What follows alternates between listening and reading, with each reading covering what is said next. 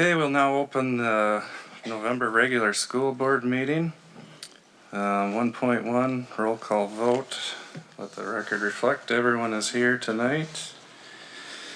1.2 recognitions of visitors and guests. We have a large crowd again. Welcome everybody and everybody watching us. 1.3, please stand for the Pledge of Allegiance.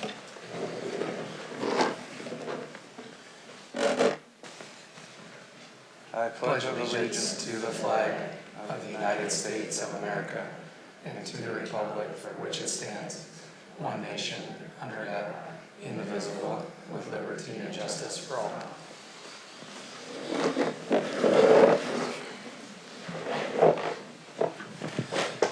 Okay, 1.4 correspondence and recognition. We've had no public participation requests tonight. 1.42 recognition of student, staff, and community, and Joel will take care of that at the end again. Moving on, 2.0 approval of the agenda. Do I have a motion to approve the items on the consent and main agenda? So moved. Second. Motion by Ann, seconded by Matt. All those in favor of the motion say aye. Aye. All those opposed, same sign. Motion passes. 3.0 approval of minutes. That would be the October school board meeting and then the committee meeting minutes. Do I have a motion to accept minutes? So moved. Motion by Lori, Second. seconded by Ann. All those in favor of the approval of minutes say aye. Aye. All those opposed, same sign. Motion passes. 4.0 consent agenda. You guys all looked at what was under there, I would imagine. Do I have a motion to approve the consent agenda items? So moved. Eric, motion by Eric, Second. seconded by Aaron. All those in favor of the consent agenda items, say aye. Aye. All those opposed, same sign. Motion passes. 5.0 main agenda 5.1 monthly financial overview. Carmen. You guys have in front of you the revenues and expenditure guideline report for the period ending October 31st, 2025. We're 4 months into this fiscal year. Our revenues are running at 28% compared to last year at 28.78%. So we're very consistent and on track with our revenues coming in. From the various state and local revenues. Our expenditures also are on track compared to last year. Our budgeted amount percentage is 25.32 compared to 26.24 last year. And as I've mentioned in the past, this is based on our budget, which we will be revising after the first of the year once we have kind of all of our expenditures and revenues. The forecast of those, we will present an updated budget to you. Okay, questions for Carmen? Okay. 5.2 presentation of the 2024-25 audit report by Helen Hufker. Hello, thank you to the administration and staff for allowing us to, and the board for allowing us to do this presentation. I think you all have the booklet in front of you. If you turn to the 5th page inside there, that has the audit opinion on it. I'm not going to read the entire opinion, but we did issue an unmodified, clean report. There were no exceptions or modifications that were discovered during the audit requiring any modified reporting. And then also any school that spends over $750,000 in federal source grants and revenues is subject to higher scrutiny or the single audit requirements. And so our opinion language does cover that in this same report. The front part of the report is a management discussion and analysis and the government-wide or full accrual presentation. We'll not spend time reviewing that tonight. We'll look at the fund presentations as we'll discuss here. So if you turn with me to page 26.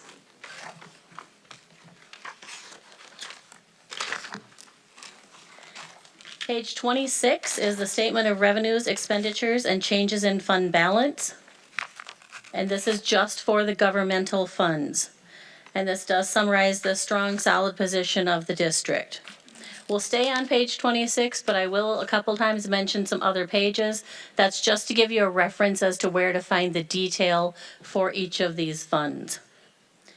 So starting in the first column, the general fund, revenues were just over $67,072,000, a 1.4% over the budget. The detail for this, as I mentioned, is on page 70 through 77. The expenditures for the general fund were just over $59,624,000, which is a 5% decrease or under budget. The district had budgeted an increase in this fund balance of $3,497,000. The fund balance actually increased by slightly more than $7,545,000. Increases to the budgeted revenue came from a few different areas. First off, interest rates were higher, so interest income was up. Second, the current levy was higher than the budget due to student enrollment being up. There was a slight dip in the numbers used last year. And then general education aid was also up to a variety of reasons, one of them being the state changed the calculation partway through the year, and there was also an increase in the number of students included in the formula. The increase from budgeted expenses was due somewhat to staffing changes and increase in rates of pay. The decreases to budgeted expenses came to fewer projects being done, such as a roofing project that was carried over to 2026. Between the overall increase from projected revenue and decrease to projected expenses, the fund balance did increase overall, the $7,545,000. In the second column is food service. Revenues were just over $3,300,000, and expenses were just over $3,489,000, bringing the actual fund balance down by $189,000 to just over $966,000. The budgeted decrease for the fund was actually $342,000. Excuse me, food service detail is found on page 78. The food service revenue was steady with the prior year and with the planned budget. The largest change or increase in expenditure from the prior year was in salaries. And while salary costs were the largest increase, the fund did remain under actual budgeted or what you expected costs. In the third column is community service. Revenues were just over $1,982,000.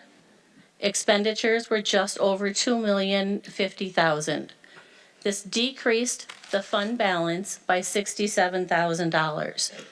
The detail again for this can be found on page 79 through 80. Both revenues and expenses were decreased from the prior year. The variance, though, from budget or expected amounts was a decrease in expenditures from both the early childhood family education area and the adult education programs.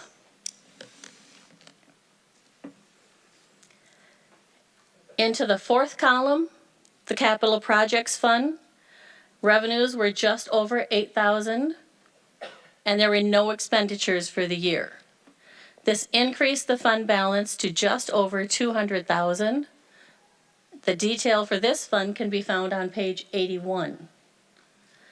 Revenues were from interest income, and this is retainage from the Learning Center project that has some work to be done to get that thing completed. Debt service, the fifth column, revenues were just over $4,137,000, and expenses were just over $4,754,000. This increase reflects income from budgeted from levies. The debt service shows a decrease to the fund balance of over $617,000, and the intent of the board had been a budget decrease of $798,000. All of this information, all of those numbers at the bottom, your fund balances, if you go back to page 24,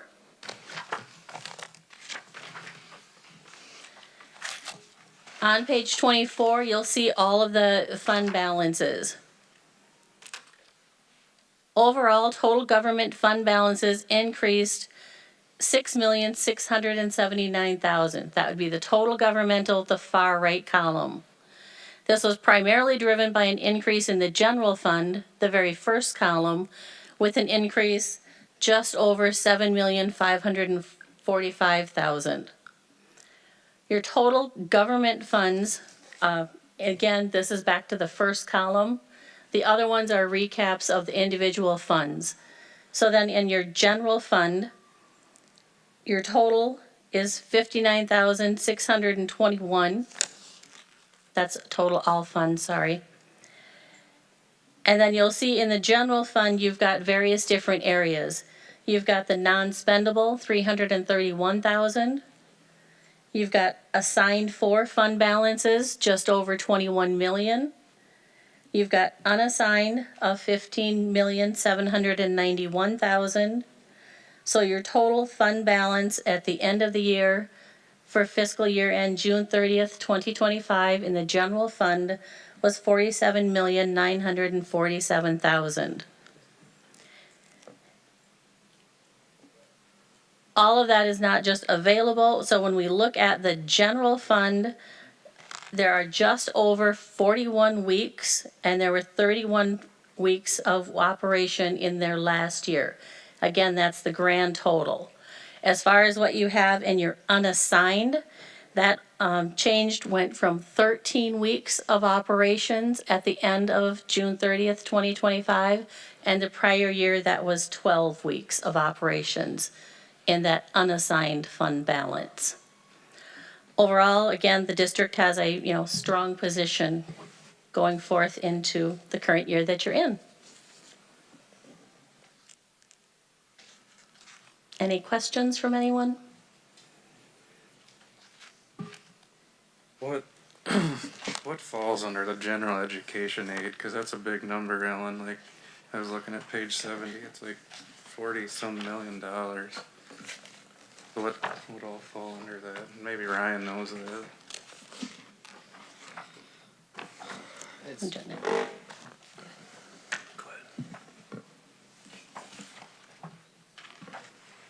It's mostly your general ed aid, for the most part. From the state. And state, yeah, and your state aids. Okay.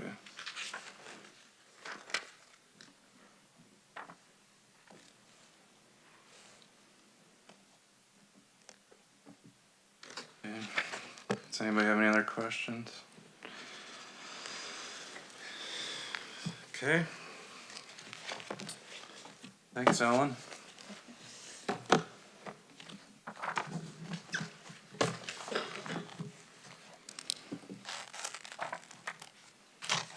Okay, moving on then, 5.3, we need to approve the 2024-25 audit report. Do I have a motion? So move. Second. Motion by Matt, seconded by Lori. Is there any further discussion? All those in favor of the 24-25 audit report, say aye. Aye. All those opposed, same sign. Motion passes. 5.4, presentation of the Comprehensive Achievement in Civic Readiness Annual Report by Sarah Schumann, Curriculum Instruction and Assessment Coordinator, and NCIC Achievement and Integration Annual Report by Gladys, sorry, I'm not good with names, NCIC Achievement and Integration Coordinator. Good evening. Thanks for the introduction. I work with secondary staff in grades 6 through 12 in the middle school, high school, and learning center. I'm going to become sharing the Comprehensive Achievement and Civic Readiness Annual Report. If you've been around for a while, this was formerly known as World's Best Workforce. So it's the similar goals. There are 5 of them. The first one is all students ready for school. Number 2, is to close the achievement gap between student groups. Number 3, all students ready for career and college. Number 4, all students graduate. And number 5, all students prepared to be lifelong learners. Again, if you've been around and remember World's Best Workforce, we've removed the read well by 3rd grade, and that is reported within our local literacy plan on an annual basis. So we'll look at the results from school year 24-25. First, all students ready for school. With this goal, we're looking at students who participated within the district preschool program, and we're looking to replicate the 2019 results of their kindergarten readiness, and to get 90% of students, or 90% as measured on the local kindergarten entry profile tool. That tool looks at social skills, how well they follow directions, and it's a tool completed by teachers in terms of kind of assessing students to see if they're ready for kindergarten.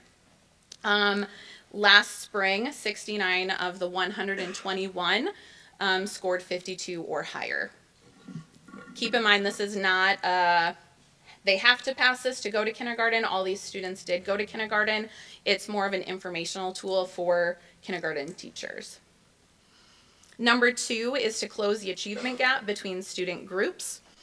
And again, we wanted to kind of replicate that 60% achievement on the MCA for both reading and math to match some historical data within our white subgroup population. So this shows our achievement gap or achievement levels in the reading MCA. That top line shows the Minnesota state average. So you can see in 2025, it was 49.6% across the state. And within District 518, we were at a 32.6%. And then I've broken it down by subgroups. The light green boxes represent an increase from last year. So you can see we had an increase in the subgroups of Asian, special education, and free and reduced lunches.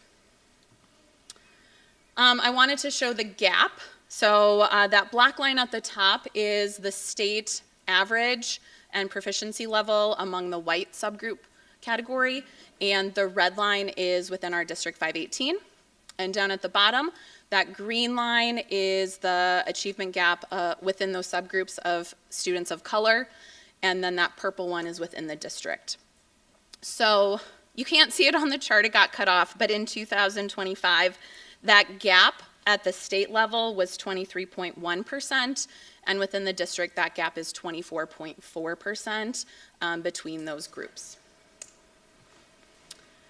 When we take a look at math, again, the setup is the same. That first line is the state average of all students who took the MCA, and the state average was 45.2%.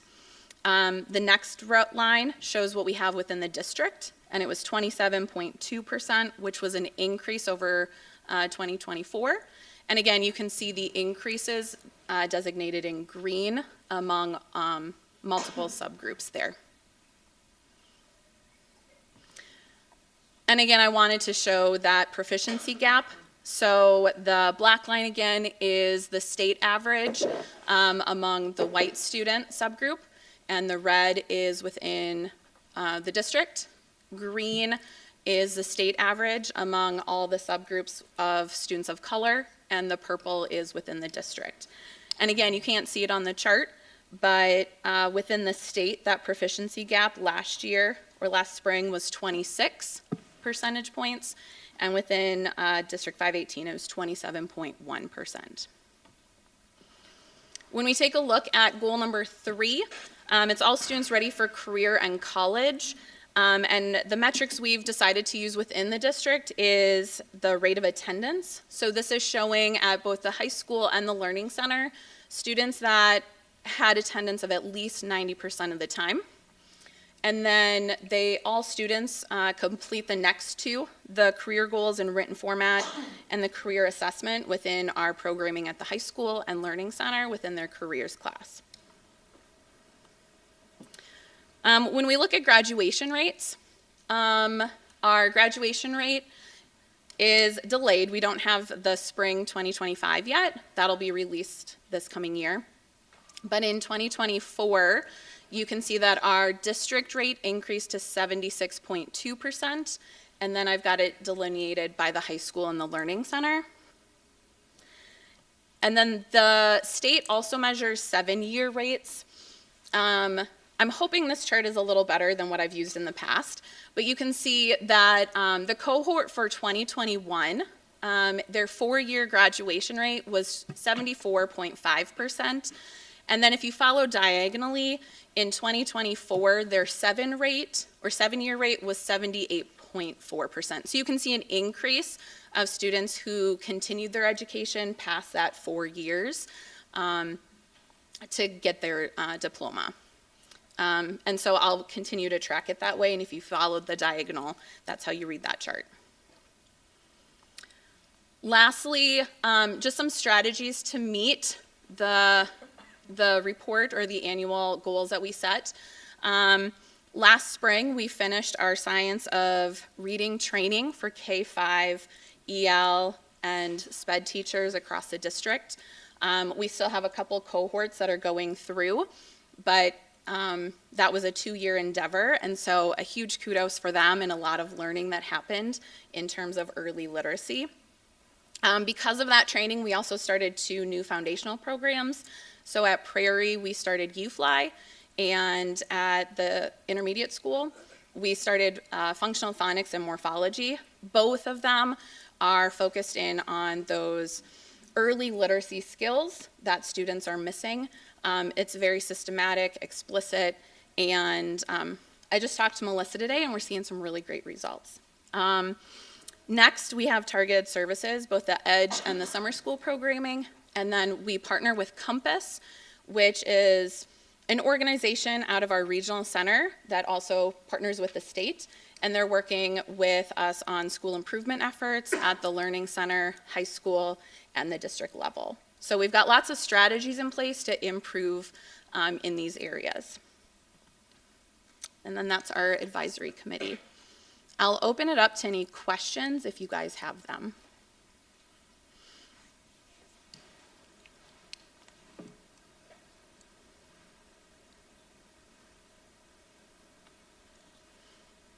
Cheryl, of what you've presented, what would you say are some of the things that you are most proud of for this district? And also, where are there areas where we'd like to see some improvements?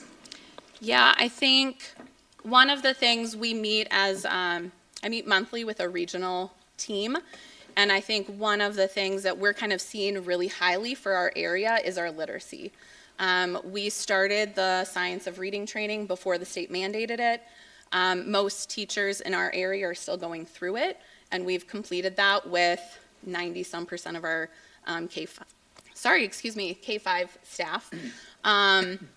That learning in and of itself it just taught us how to better teach reading.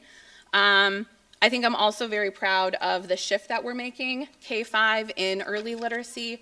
We're really tracking and using that data on a weekly basis to plan for instruction. And we're partnering with the co-op as well as the University of Minnesota to walk us through how to implement. And we really invested in some professional learning for staff this year to better use those programs. So those would be the things that I'm most proud of. I think as we look across the district, I mean, our scores still need some improvement. We're not gonna, research says you need 3 to 5 years of implementation before you start to see a lot of changes. So we just need more time and time for staff to collaborate, time for learning, to really make this new learning effective.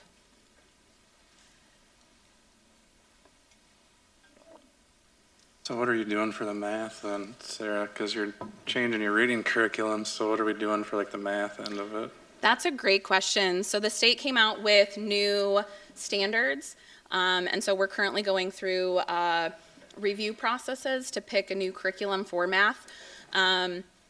The math research really looks at having a high level of rigor, which looks at conceptual understanding, proficiency, fluency, as well as real-world application. So think of it as, I love the analogy of knowing math well enough as your hometown. So in your hometown, if there's a street blocked, I can still get from point A to point B because I know a workaround. And so that's how well we want kids to have a deep level of math and that conceptual understanding. So we're doing some PD within our math teams.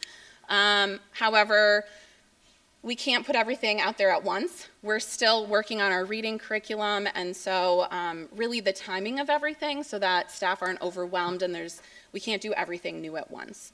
So we're doing some training, and more of that will come over the next couple years. Sarah, excuse me, is that math curriculum then K-8 or across It'll be the K-12. K-12? So it'll Yep. be all the way through the district? Yep. Any other questions? I will note that there will be a new reading MCA this spring. And so when that happens, it's kind of like a reset. And so we won't compare that to the old results because the tests are different. So when I present next year, or when we look at this data, it'll be brand new for reading to kind of see where we are and then how to move forward. And then the math will come in a couple more years after that.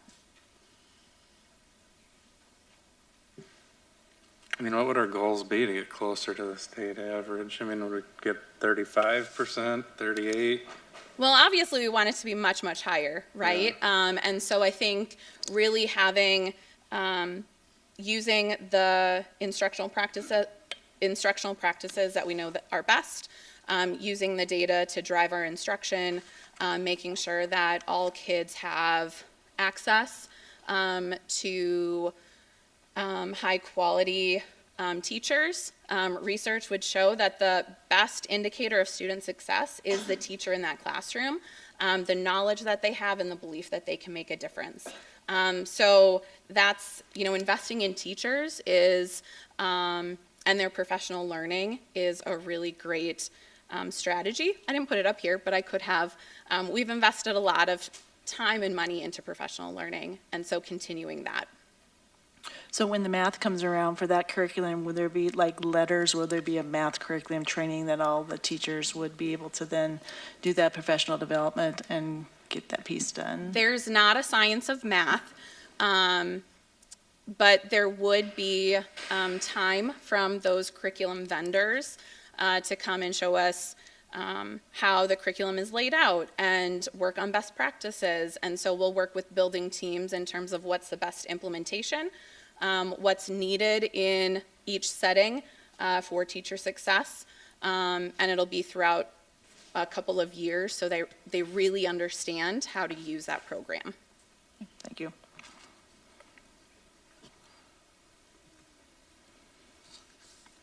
Anyone else? Okay. I'll invite Gladys Aldana up to talk about the Achievement and Integration Plan.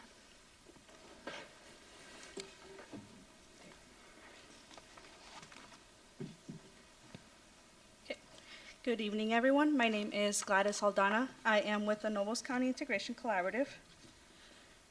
And I will be just mentioning a little bit about our mission statement at NCIC. So our mission statement is to promote student success and community acceptance of cultural differences by providing opportunities for students, families, and staff from diverse backgrounds to learn from and with one another.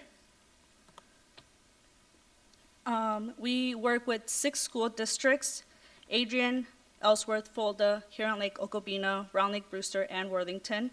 Round Lake, Brewster, and Worthington are 2 racially isolated school districts. So there are school districts that are higher in diverse population. The purpose at NCIC is to pursue racial and economic integration, increase student achievement, create equitable educational opportunities, reduce academic disparities based on students' diverse racial, ethnic, and economic backgrounds. NCIC is also fully funded through the Minnesota Department of Education Achievement and Integration Program. Our focus areas at NCIC is to develop cultural awareness and integration, close achievement gaps, support student success, provide professional development, and provide language support. I have also attached a bar graph of the different enrollment programs that we had throughout the school year 2024 to 2025. So in total, we had 1,643 enrollments. So this, I want to add that this is also like, it could be like maybe the same student that's going to like multiple programs. It's just the enrollment that we keep track for each program that we have. And as you can see, our developed culture and awareness integration has like the highest number. And then we just move on down the graph. I also included the different programs that we offer at the Nobles County Integration Collaborative. We offer programs throughout the school year. Sometimes it might just be a one-day program, a couple weeks program. And then we also offer different types of professional development and different programs throughout the summer for different grade levels. And then I am also including the diversity in the NCIC member districts. As you guys can see, Round Lake Brewster and Worthington have a higher population of enrollments of racially and or ethnically diverse students in their member districts. Moving on to the next slide, I just kind of comparing the diversity statewide compared to like maybe like Worthington. It's a significant like difference. Like, yeah, maybe like the other cities might have a higher population, but just looking down at the different diversities statewide, then maybe like going back to like how our area is, it's like a significant difference. And then I'll be reporting on, so at the collaborative, we do a 3-year plan. I'll be reporting on year 2 for the Worthington School District. School year 2024 to 2025. Goal number 1 is reducing gaps.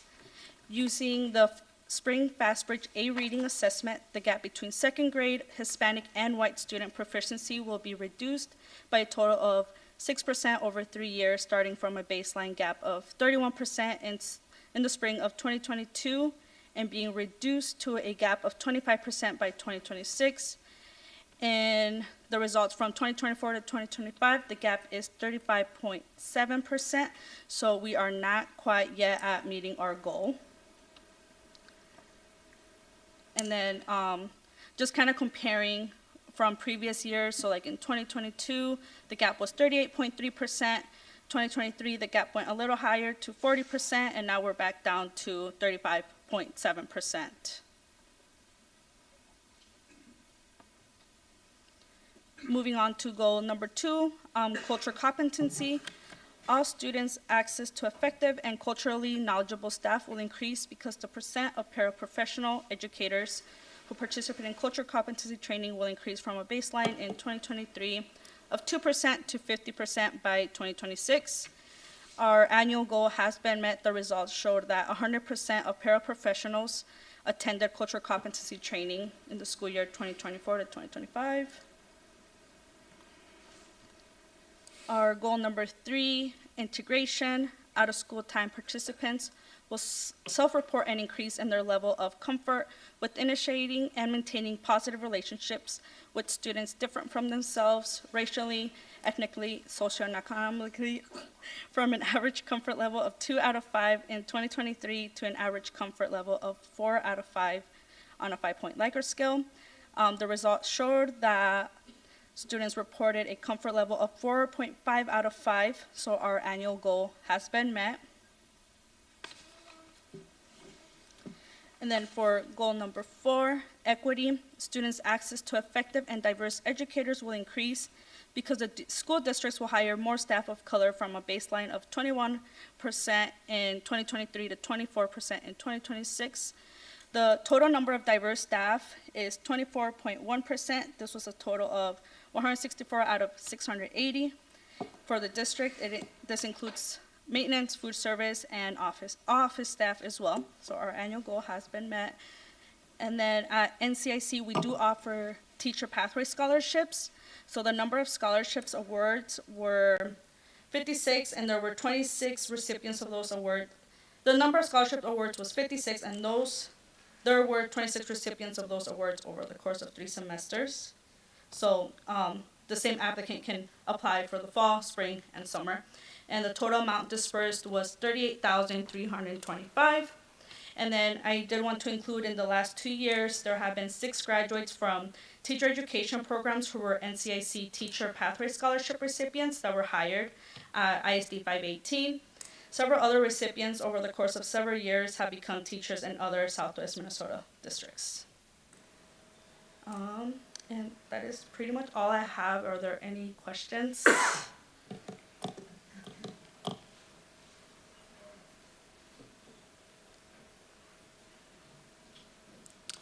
None? Guys good? Okay, thanks for your time. Thank you. Okay, moving on, 5.5. We got to approve the Comprehensive Achievement and Civic Readiness Annual Report and the NCIC Annual Report. Do I have a motion to accept those reports? So moved. Second. Motion by Ann, seconded by Lori. Is there any further discussion? All those in favor of the motion, say aye. Aye. All those opposed, same sign. Motion passes. 5, 6, I can put them together. You want to do it? Yeah, do it. I'm gonna move 5, 6, and 5, 7 together, being both tax abatements. There was really no questions. So do I have a motion to approve tax abatement 1 and 2? So moved. Motion by Aaron. Do I have a second? Second. Seconded by Ann. And this is a roll call vote. Ms. Studley. Aye. Ms. Agard. Aye. Ms. Shooty. Aye. Ms. Mills. Aye. Mr. Bloom. Aye. Mr. Parrish. Aye. Mr. Widboom. Aye.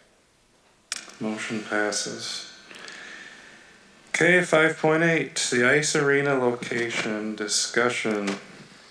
Yeah, thank you for the opportunity this evening. We've had this conversation at both board committees, but felt full board discussion was probably necessary, given the impact that it could have for long-term planning with not only facilities but also sites. And so there's been lots happening in the world of ice arena discussion. Just to briefly kind of summarize one more time, the city of Worthington did put out for proposal a type of contract at risk, which basically just means that a person creating a proposal would bid the project knowing that they would have to deliver it on time and on the budget that they bid it as.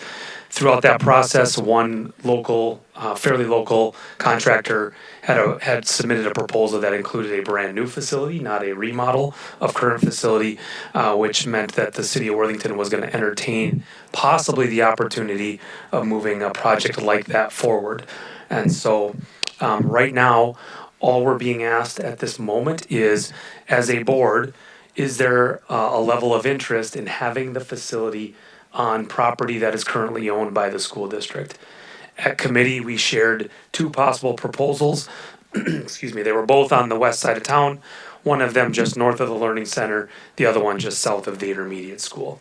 And so opening that up to board for greater discussion, it would be administration recommendation that we retain ownership of the land. We do a lease of that space to the city. The city would then own the facility and maintain facility as well as the grounds while that facility was operational there. We believe that there are lots of educational opportunities of having this facility on our site, both during the day as well as academic opportunities after school, knowing that one of them will be ice probably year round, the other being more like a field house when it's not operational for ice. And so with that, I'll step back. Myself, Josh can answer any questions. Otherwise, it's for board discussion on how you'd like to proceed. Again, a decision tonight is just that you're open to the idea or you would allow a facility possibly being on our site. It doesn't kill the project. It doesn't mean that it's going to be on our property. It's just allowing the city of Worthington to pursue it as an avenue in moving forward through this planning process. Mr. Chairman, a motion is necessary then, Mr. Heitkamp, to indicate that interest? I would ask for an action tonight saying that you would be that there is interest and an opportunity for this to be on our site. Yes, that would be my recommendation. And not really to actually where on our site, you know, you said there's a couple of We different could we possibilities. could narrow that down. I think for tonight it's just, is there interest as a board to have it on our property? Mr. Chairman, if I could ask for a little more clarification, Mr. Heitkamp, on where the process is at with the city of Worthington, because they did receive proposals, and then what has happened since that point a week ago? Yeah, I don't necessarily want to speak for Steve, but the meeting I was in prior to operational and instructional committee had taken place. At that time, because the scope of the project was looking to change, the plan originally was to maybe pull back and have a rebid. It was on city council agenda for last week. That agenda item then got pulled. So I don't know exactly where they're at, other than they're still in the fact finding. I think they really want to make sure that if they're going to go back out for proposal, that the project can actually be built for the cost that's there. And there may be some question, even though one contractor out of Sioux Falls has said they feel like they could do it. The city right now is doing a little more fact finding. One other question, Mr. Chairman.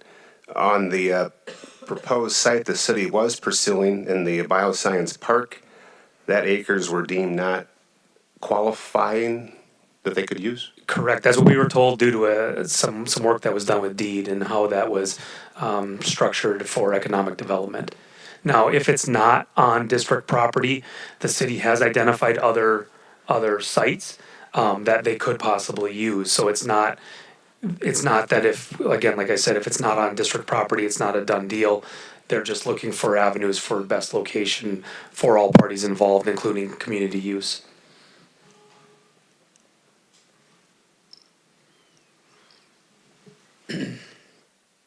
Mr. Chairman, I think it's exciting. I mean, we've been waiting for this ball to move off of the center square for 3 years since we sat as a group looking to talk about this, and we continue to talk about this. And it's good to see private industry has stepped up and helped move the ball, and it's rolling. Where it ends, I certainly hope that we're engaged as a partner with this. And our original discussion seemed to make a lot of sense to me to utilize some of the hundreds of acres that we own. I have indicated at our committee meeting that it's so important that we find the right 6 acres to place the arena if we do choose to put it on our property, which I strongly encourage us to participate that way, because it's the placement of that will shape all of those acres for development well past this board's lifetime in the district. So that I'm excited to be a host and a partner with the arena, in my opinion. Matt, you mentioned how private industry has stepped up. What do you mean like that? Well, that was what Mr. Heitkamp alluded to with local contractors that came with a different idea of how to build the project that was originally presented to us to be a $32 million project for 2 sheets. And they came and said, we can do it for under 20, and now we're getting closer to 16. So to me, that's why I say thank you to them for at least helping us find other doors to open to find something that could be very affordable and be a 2 building complex or 2 sheet complex. So if it's another field house, would that be community use, or would the athletic department, say Minnesota West? I mean, that's another thing I'm wondering, if you're gonna have a field house, would Minnesota West look at entertaining, putting some money in if they could use a field house for their athletics. So would Worthington Athletics, Minnesota West Athletics potentially have the first right to use the facility instead of just letting every league from the community use it? Because they already have a field house that's kind of taken. Yeah, I think that would be a conversation for the city, right? It'd be a city-owned facility. They would rent that space. But I think anybody that drives by JBS Field sees that parking lot is full from the moment school gets out until I drive by, and I don't stay out super late, but it's getting used. And I think there's still a definite community need for indoor space for different activities. And knowing that we'd have the ability when ice is not there to turf that down the line is exciting. Well, some of the discussion we've had is youth sports. I mean, is it something that they could also entertain using, try and help our youth sports, coordinate some use of it? And I guess if we're gonna look at it, you know, we got this ag lab going. I would be more of on the south side of the intermediate school and let the ag people still use the recently purchased acres so we can continue that and grow that program. And 70 acres is more than enough for an ag lab. So if we're gonna do this, that would be where I would wanna go, is on the south side, cause it's the wetter, junkier land of the property. Again, today's purview is just, are we interested in hosting Correct. said facility on district property? You would still get an obvious opinion as to final location, just again, opening the door for the city to use it as an avenue in their planning. Do you think that us opening that possibility to our land would increase other interested parties or invested parties in the community to increase or put into the hat? I'm thinking mostly of the county in that process. Yeah, I don't know, and I can't speak for the county and what their involvement would be. I know Steve is really kind of the orchestrator right now of the funding mechanisms. But if our commitment stays and the city's commitment stays, Steve is fairly confident he'd be able to pull some other levers to kind of get us over, knowing that the Hockey Association has raised a pretty considerable number as well. You know, it's us getting to a point where other entities can see us almost to that finish line. It's really hard for an organization like the Hockey Association to raise $28 million, have let's just say $1 million in the bank. You're a long ways away from anybody being able to write a check and confidently see a building be built. We're now getting to a point, as Mr. Woodwin has said, is we've got enough momentum that I think other entities may want to maybe be a partner, seeing that we're so close to the finish line. Correct me if I'm wrong, so this would be an additional commitment beyond the 5 million of land. Of us? Yeah. Monetarily, it would not be an additional commitment, no. The land. The land has value, yes, the land does have value. And so, you know, we could express that as another partial donation, but we wouldn't sell the land, we wouldn't expect the money back from the land, we would lease it, knowing that we're gonna benefit in other ways. But yes, there is monetary value to the land.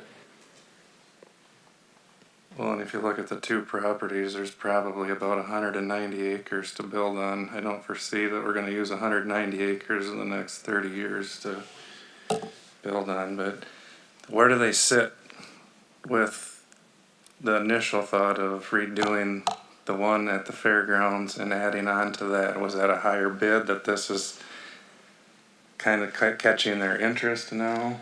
I think the original interest came from the bid that came in that was brand new. That building out at the hockey arena is what, 30 some years old, and when they start digging in, I think there is some caution of what are they going to find, and so the opportunity to at least explore someone coming in saying, hey, we could get you maybe two new for a very similar price was just at least an avenue that the city wanted to explore in greater depth. Opinions? Mr. Chairman, I would move the District 518 property be a potential host site for an arena complex. Okay, we have a motion. I'll second that motion. Seconded by Lori. Is there any further discussion? Oh, go ahead, Erin. I think that if our community is going to move forward with a new ice arena, I like the idea of it being in close proximity to our schools. but I think that we should pass this motion tonight, perhaps with a couple of conditions. I think one of the conditions should be a list that our district brainstorms about how we would want to make the facility accessible to all students in our district. Examples of that could be, having Phi-Ed units during, one for the intermediate school and one for the middle school, where every kid during the school day has the opportunity to learn how to skate. They don't have to stay after school. They don't have to enroll in a sport, but they will learn how to skate in school. That's an example of how we're going to build a pipeline for athletics moving forward. And it also is something cool that our kids would be able to get to do. But this is our opportunity to put those requests in writing to make sure that they happen if we are making such a big commitment. So I think we need to be strategic about how we would want our district to be able to utilize this new resource in our community. Second of all, a $5 million commitment by our district for this facility, I believe, is a very fair and reasonable commitment for our district to make. It's a lot of money, and I don't think we should commit to a penny above $5 million. The lease that we would sign should have a value, and that value, I believe, should be part of the $5 million. That might mean that we're committing less than $5 million in cash, but there's going to be an in-kind part of the deal that includes the value of the land. I think we've already made a big commitment. I think we want other stakeholders to step up, and I would like to see our commitment be at $5 million even. So tonight is just basically to get a motion that we're interested in our property, correct? So I get your point, Aaron, and I agree with you, but do we need to include that into the motion tonight? We're just giving them the forward that we're okay with looking at our property, correct? Correct. I think the conditions could come later. I was gonna say, that's what I'm asking, we do the condition, like, you know what I mean, a condition motion down the road? But if you guys aren't okay, we're gonna have to Matt's gonna have to add it to his motion, or we're gonna have to amend the motion. I think because we're just looking at the potential use of district property, which was the motion that was put forward, I would be in favor of, yes, Aaron, I agree with you 100%, but as Adam said, putting that off until a decision is made about, yes, we are really interested in a piece of your property. Okay, great, but now here are the conditions. Because they have to decide if they're even gonna do this. Correct. And then that's when our conditions. Correct. Is that all right, Aaron? That's fine with me. Because it's gonna come back to operations committee anyways, right? Correct. And then On a at that final point- site. I just want, No, I hear I it. don't want our district to miss the opportunity to be very clear about how we want to be able to ensure that our kids have access to this resource. And I agree. And we have to have our staff and coaches involved in those discussions. I mean, it's easy for us to start listing things that we want to accomplish, but if they're not doable and achievable without talking to our staff that actually have to follow through on those, I'm with you, but to me, it has to have purpose behind our desires. Yeah. Do we need to be respectful in saying that that we are thinking about conditions? I'm not a yes or no. I'm just saying if we are thinking about conditions, is that going to deter their decision making, and therefore does that need to be disclosed? I think that's something Joel can share with Steve, that we're okay with this. We made the motion that you can even look at our property. If we go further and this is what you choose, there is gonna be conditions. Yeah, I just want to make sure we're not turning around. Mr. Chairman, I don't like using the word conditions. I mean, it sounds like we're then threatening that if you don't do it like this, we're going to go walk away. I mean, I want us to be a collaborative partner in this. And obviously, we have to look out for the students of our district, the dollars of our district taxpayers, but it has to be with a collaborative mindset.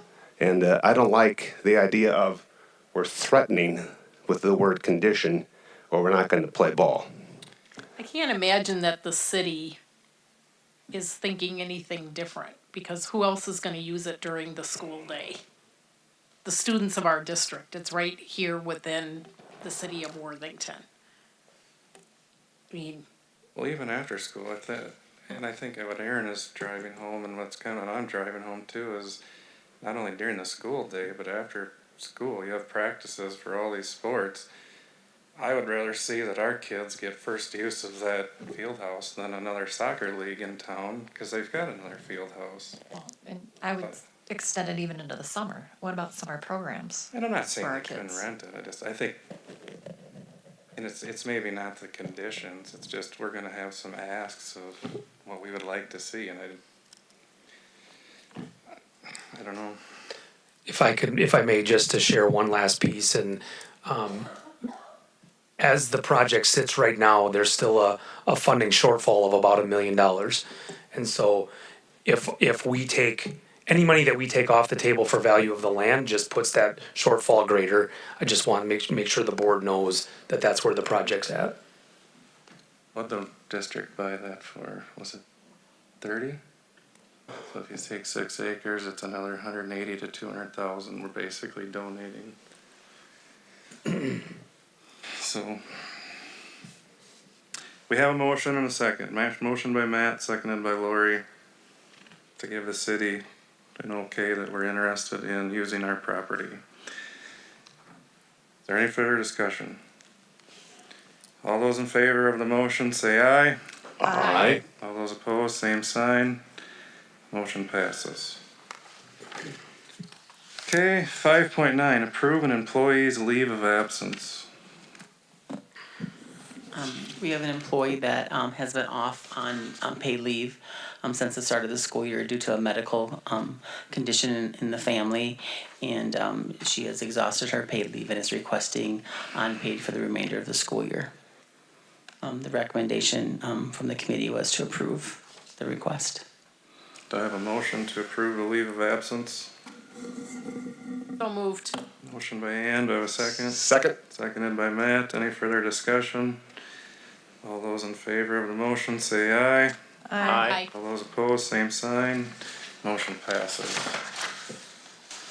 Okay, 5.10, approve the second reading of policy 722, public data and data subject requests. This is a policy that we reviewed at last month's board meeting. It's coming back even though there wasn't any suggested changes or discussion because MSBA now has come with an amendment. And just for awareness, MSBA is now going to do their updates to board policy multiple times throughout the year rather than the one big chunk that we've normally gotten in July. And so to make it a little more manageable throughout the year, they're gonna break those apart, and so now we're into that cycle. And so this was one of those policies. There's one additional paragraph, if you had a chance to review, but essentially it's a protection for the school district around if a specific person makes a request for data, and we collect all of that data for them and then inform them that that data is ready, and they never come review it or they never come pick it up, that we are not obligated to then fulfill subsequent requests for that person until they come and gather the first one.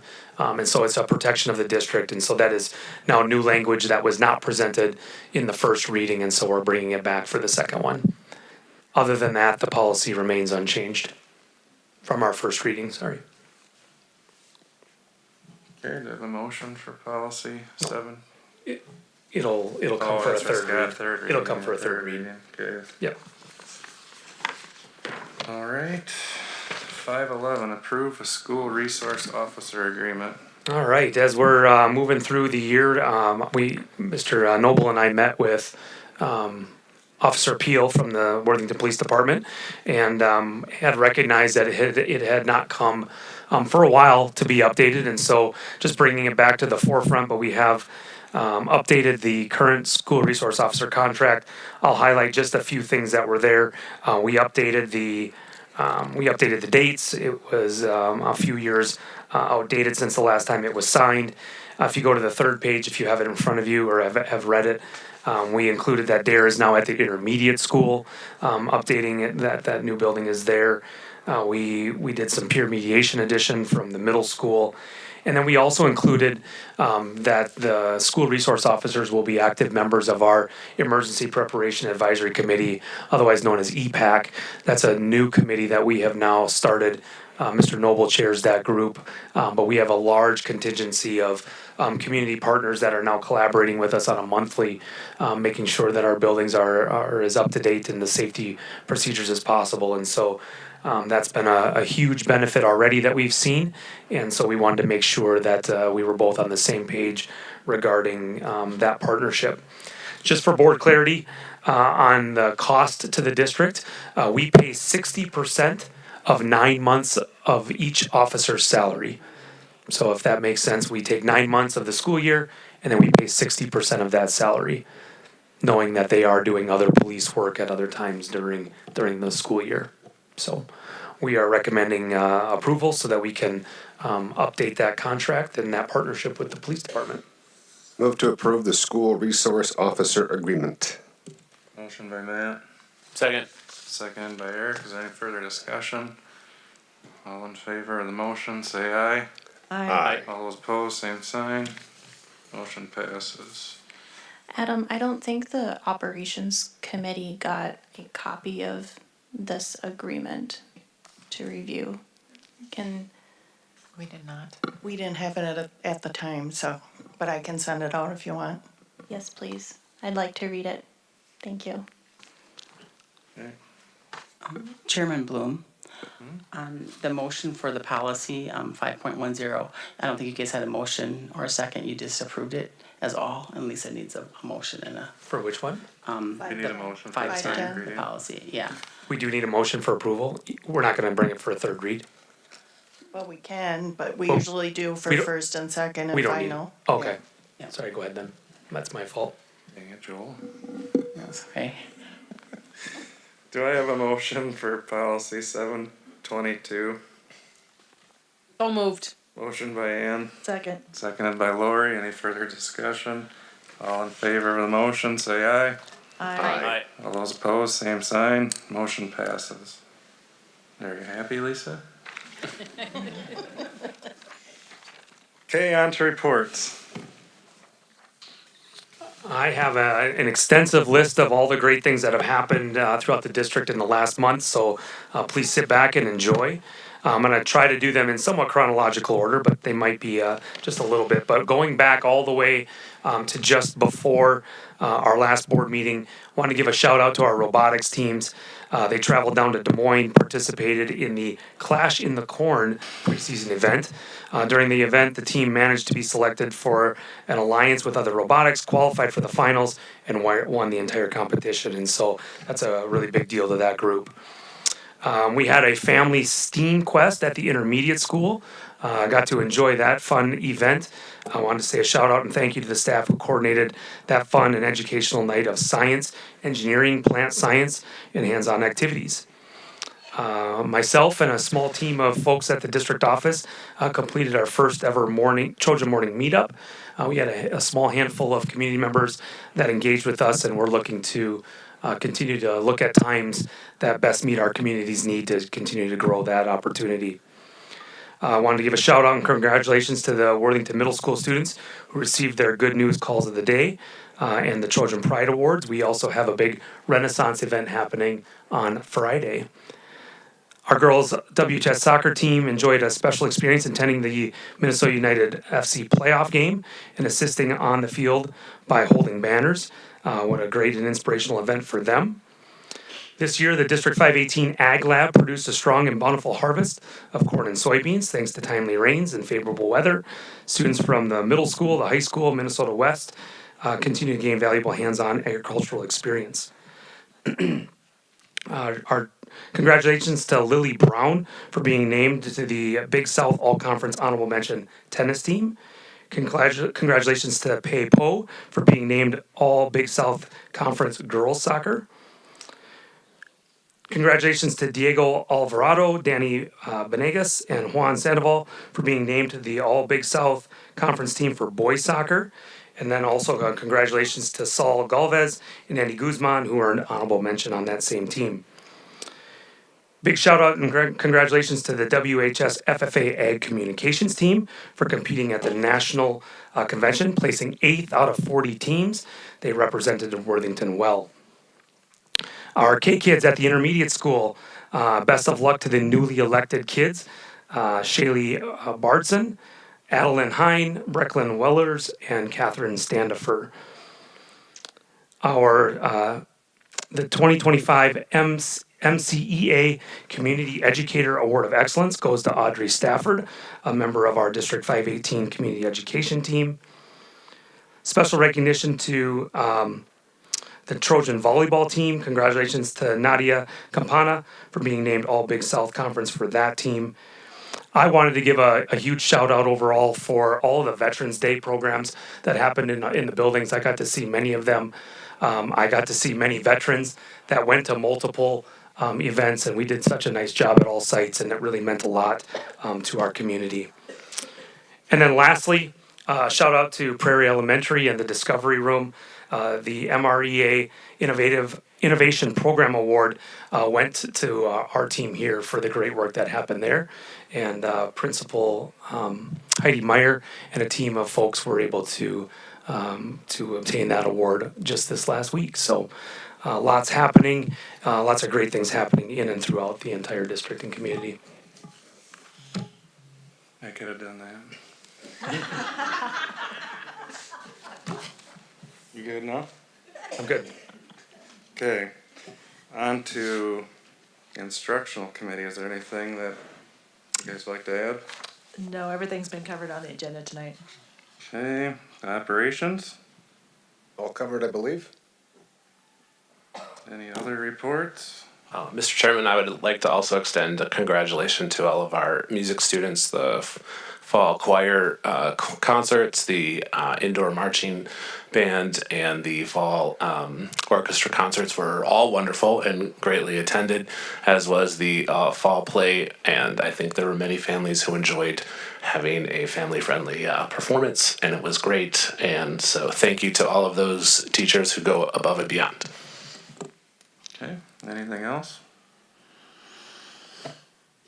Okay, other business. How do we proceed? We're gonna be going into closed session. Yeah. So we're gonna convene into a separate room. Yep, we're gonna go out and around the corner. Okay, so we're going into closed session. We'll come back and reopen.